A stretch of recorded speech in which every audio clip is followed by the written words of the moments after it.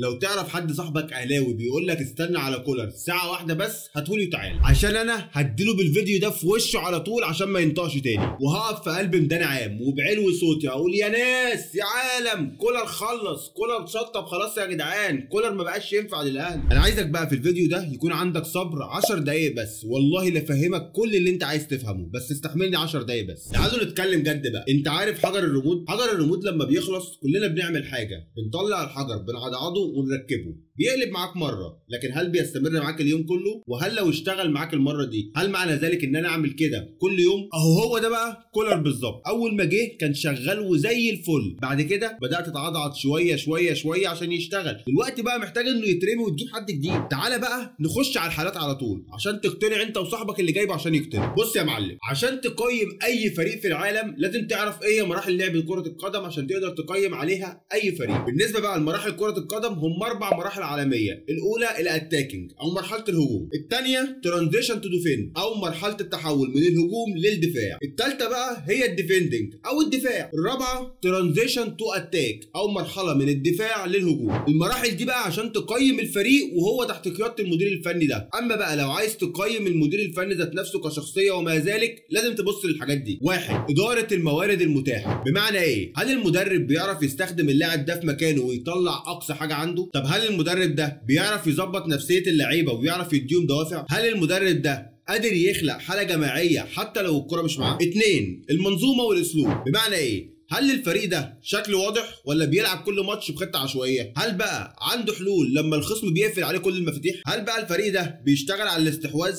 المرتدات، البلوك، الضغط العالي؟ وهنا بقى لازم تبص على حاجه مهمه، هل الفريق ده بيكسب بالاداء الجيد ولا مجرد حظ؟ 3 التطور والتحسين. بمعنى ايه؟ هل الفرقه بتتطور كل شويه ولا مستواها في النازل؟ هل اللعيبه دي بتتطور تحت ايده؟ وهنا انا بتكلم فرديا، هل المدرب ده بيعرف يشتغل على نقط الضعف ويحولها لنقط قوه؟ 4 المرونه التكتيكيه وقت الازمات. بمعنى ايه؟ هل المدرب ده بيعرف يغير خطته حسب كل مباراه؟ هل بيشتغل كويس في الماتشات الكبيره ولا بيتوتر؟ التبديلات بتاعته هل بتفرق مع الفريق وبيكون له تدخل مؤثر ولا مجرد عشوائيه؟ كده بقى انت فهمت ازاي تقدر تقيم اي مدير فني. تعالى بقى ناخد الحالات دي ونقيم بيها كولر عشان بقى تقدر تحكم اذا كان كولر هيستمر ولا لا. انا جبت لك مباراه بيراميدز وقسمتها لك ل3 حالات، تعالوا نشوف.